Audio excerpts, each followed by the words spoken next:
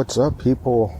So I just wanted to do another interview, or not another interview, another podcast today. It's me. I'm still biking, literally recording this right after I recorded the Gary Fisher Revisited, so check that one out too. That one's pretty short. Yeah, so this is coming up on a year and just doing some reflecting on what we've accomplished this year. It's pretty wild, just a dude on his bike talking about business, you know. So yeah, this podcast was really kind of like my MBA, if you want to look at it like that way, if you want to make it like that. It's just a project that I wanted to work on, learn about business, basically what you do in an MBA class, but without the credential at the end, you know, which is cool. But you don't have to pay for this too, because all the information's out there. I'm literally doing what I would be doing in an MBA class, but having more fun with it, getting more creative, building something that no one tells me. So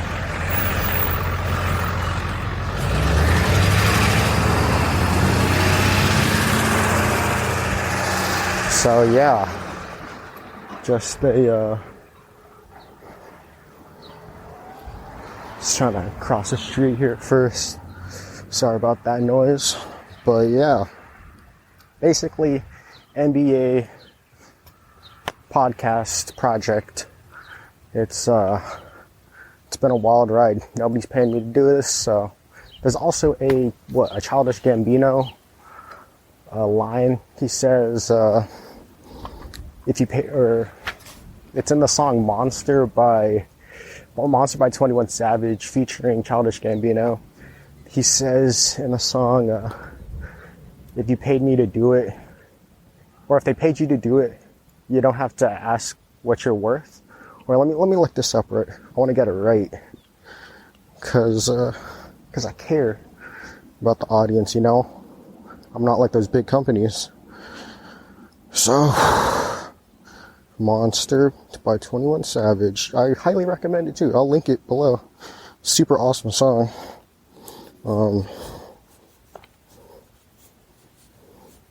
Monster. I'm on Genius right now. So, here we go.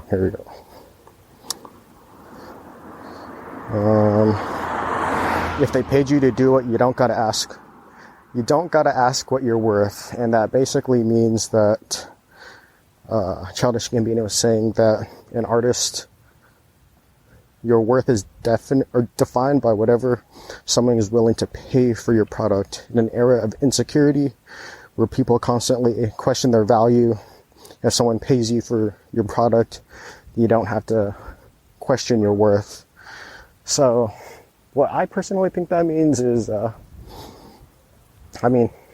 Genius annotation did a great job, but yeah, if they paid you to do it,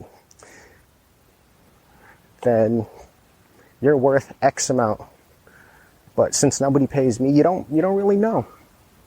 You know, it's limitless. It's like a MasterCard or something. Or we'll go a little classy. We'll go to Amex, American Express, that baller card. That's some rich people cards. Hopefully I'll have one of those, you know. The limits are like $100,000 or something. Yeah, just insane. So, and also in that song too, 21 Savage says, I could pay your card, or I could pay your salary with one card, which is amazing. Or I could pay your salary for 10 years with one card. That's definitely like an American Express, if you know what I'm talking about. And if you want to hear an American Express podcast, let me know. I'd be happy to research them. That's like that's just the card that you flex on with people, you know. So yeah. Now back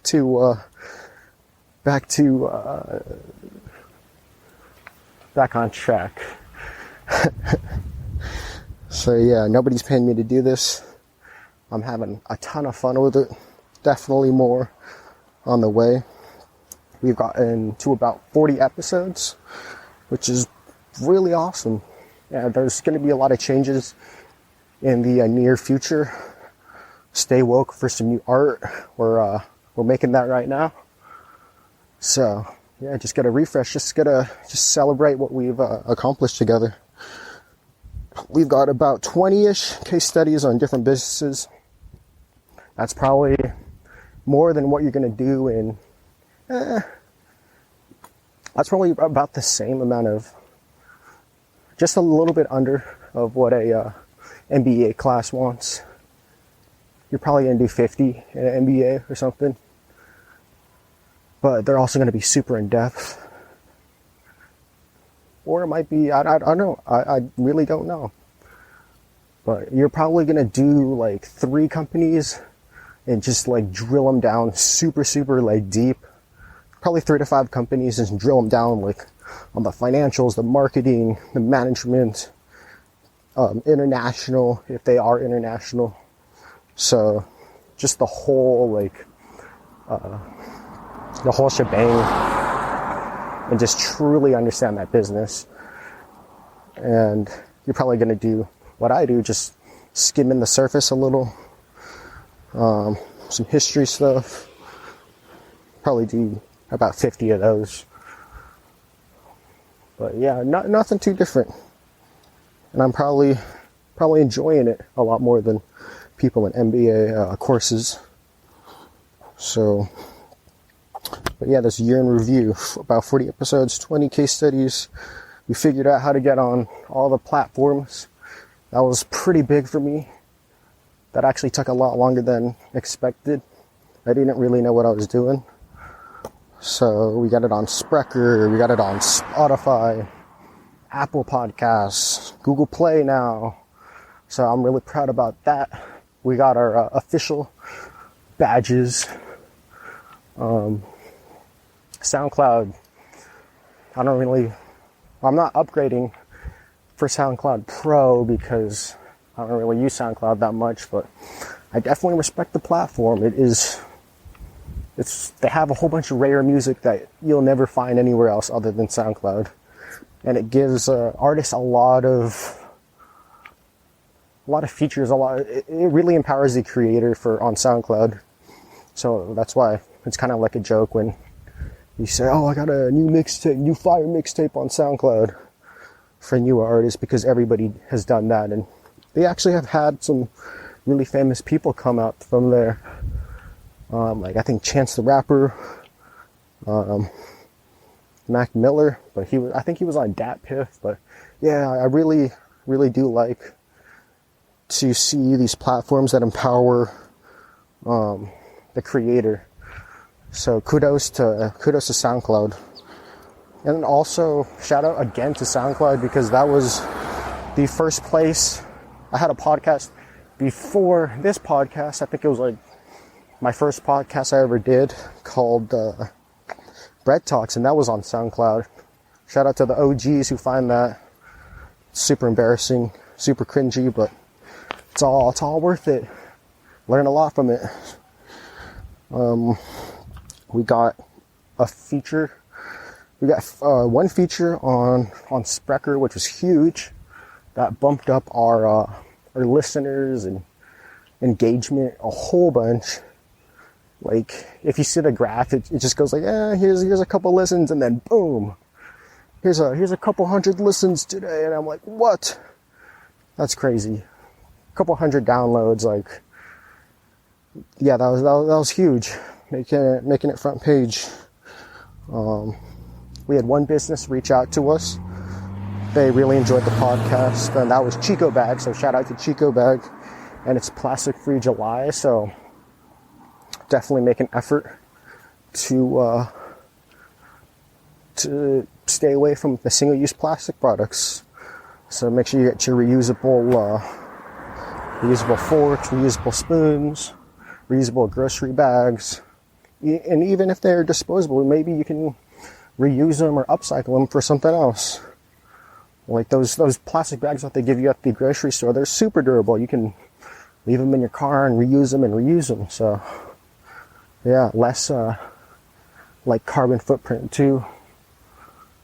So just be mindful of the products that you buy, and that was the whole point of this podcast, is just to appreciate and be mindful of what you buy, what you purchase, if you need it, if you really, really need it, or you really don't, if you're just buying it to consume, just being very aware of your actions. And I've definitely tried to live that way, but it's hard, man. These companies spend millions of dollars trying to entice you to buy something, and boom, there goes $20. Boom, there goes $30. Boom, there goes $100. So yeah, you have to do your homework, But yeah, we had Chicobag reach out to us. They sent us a whole bunch of cool stuff, a whole bunch of little baggies, some to-go wear, and definitely they were a very, very respectable company. This acted as an alt-MBA, alternative MBA for me, analyzing businesses and their processes, learning about a little bit of sustainability. So that's like really nice. And recently we learned about not to meet our heroes, and that was a big lesson for me.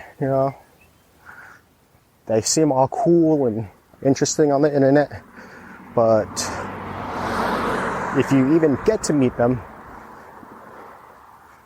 they might let you down. So listen to the last podcast to get the whole scoop on it. And you just got to use what you got. I started this podcast off with a cheap iPhone mic, Apple headphone mics, the ones that they give you in the box. It's like the white, what are they called? They're not AirPods, they're EarPods. Yeah, just the EarPod mic. So just absolute garbage mic, super cheap. But I still have those headphones today, and I would not be here without them. Yeah, you don't really need any fancy equipment. No, I can't even read my handwriting right here.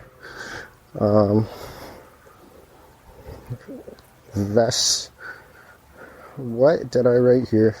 Yeah, just no fancy equipment. No, you don't need a super expensive mic or anything to get you rolling. You just need an idea. My cheap bike. Yeah. Just use the voice memo. Oh, that's what it says. Just click the voice memo on your phone and get an idea. Something that you like, hopefully. And yeah, just start discussing, and you got a podcast right there. Start being consistent. That's something that I've tried to keep doing, consistent uploads, but it's tough, So definitely would recommend making a whole bunch of them, and at first, and then just like trickling them out. So you make 5-10 podcast batches in one sitting or in a couple of weeks, and then just keep trickling those out, so you always have stuff coming for your people. And yeah, that's it's hard to do that with a podcast like this because it's really research intensive, and that takes a long time. So I would love to have 20 podcasts just sitting in a bank on my computer, it's time to upload this one. Time to upload this one now. But that would take a very long time to do all the research. So yeah. Just again on using what you got, interview your friends and other interesting people that that actually will agree to be part of the podcast. And yeah, I'm really happy that we had my friend Adam. He was on the Upright Go product